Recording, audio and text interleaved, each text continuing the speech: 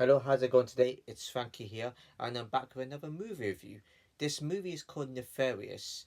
Now, when I first heard of this movie and saw the trailer, I thought this looks good. You know, the name sounds good, everything about it sounds good, especially what it was about, the base of it was about. But when I was watching it, it's not as good as I thought. And I'm going to shorten this up as much as possible. There is a lot of dialogue in it, so I'm not going to get into that. I mean, the thing is with this movie, it has my sort of dialogue in the movie, but not enough intensity. Nothing much really happens in this movie apart from one or two dramatic moments, and that is disappointing for a movie that sounds so good.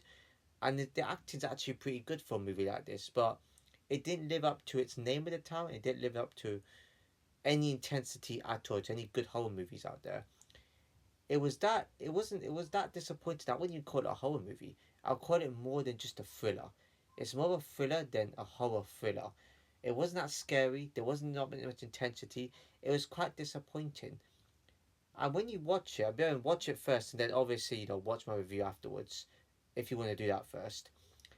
But the dialogues is good. The dialogue is true. A lot of stuff they were saying to each other was true, especially to what the guy Edward was saying, the serial killer, especially what he was saying when I think the demon was taking over him. There's obviously bits and pieces where the demon was taking over him, and it was him going back to normal or something like that.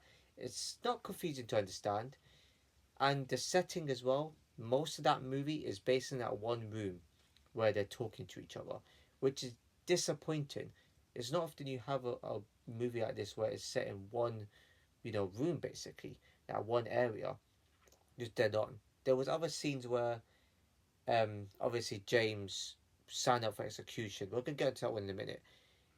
This demon said to him that he's gonna kill three people, which you never actually get to see. Him killing three people, but then he started talking about him killing his mom, which he said his mom was like this and that.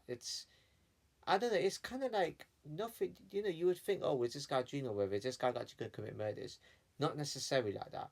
He also spoke about his wife or girlfriend getting an abortion or something like that. So he goes there. He calls his James calls his wife up and he's panicking. He calls at the hospital up, and it's been scheduled.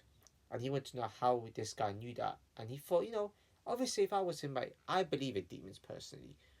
But obviously, at the spur of the moment, I'm obviously not going to believe it's a demonic thing straight off the bat. Right? I'm a believer, but it doesn't mean I have to just include that straight away. Which I would also think there's probably a connection to other prisoners, but it was just mostly him by himself. He didn't say. He just said, "Oh, I've been watching you for ages. You know, us demons are quite powerful." He didn't give much away, this demon, but just said some stuff which sounded true in the real world anyway. And when he goes to cell, obviously, he goes to cell, and I think like was it the warden? Who is it? I forgot the guy's name now. The guy that spoke to this James dude, and he found that picture of him when he was a kid, and he also found a book that you know, the demon that possessed Edward saying, "Oh, you don't remember writing it, but he actually wrote it," and he's gonna sell that story based off at his execution. It's a weird one. It will kind of confuse you here and there, but you get used to the whole storyline. I don't know. I mean, it confuses me. This movie, so it confused me a little bit because I was like, okay, what happens? See, how do you know? But really, there's only that. It's not really that hard to understand, to be honest. And they also found a book that he claims that he wrote, and he goes back to him and he nearly strangles him to death. And obviously the demon wanted him to do something. I can make a deal with him. I don't know what that deal was. It wasn't exactly clear because he wanted to do something for him. I think he wanted to stop the execution, but then he said he wanted it. So it's kind of like, I think Edward said this, or is it? Yeah, because Edward claimed he didn't. I don't know who claimed he wanted execution of who, but he said, I think he said no to it. But then if he said yes, that means he can't be killed away because they're demon, and you can't go with the demon just like that. And obviously, when the execution scene came into it, and James saw him get executed, he was like, "Remember our deal." And then after getting executed, the demon possesses this James dude, and this James dude like could have committed suicide. Right? He put a gun here, and he tried to shoot 3 times, didn't die. And they shows him getting like stopped by the officers, and it says 1 year later he goes to this news reading scene, like this talk show host scene. I don't know what the talk show host is called, but he went to his host, and to turn out he got possessed by a demon.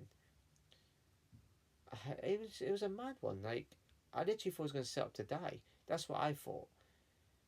Maybe I don't know why he didn't die. That's the big question right there. And I'm not gonna get through it. There's too much dialogue. That's gonna be way too long.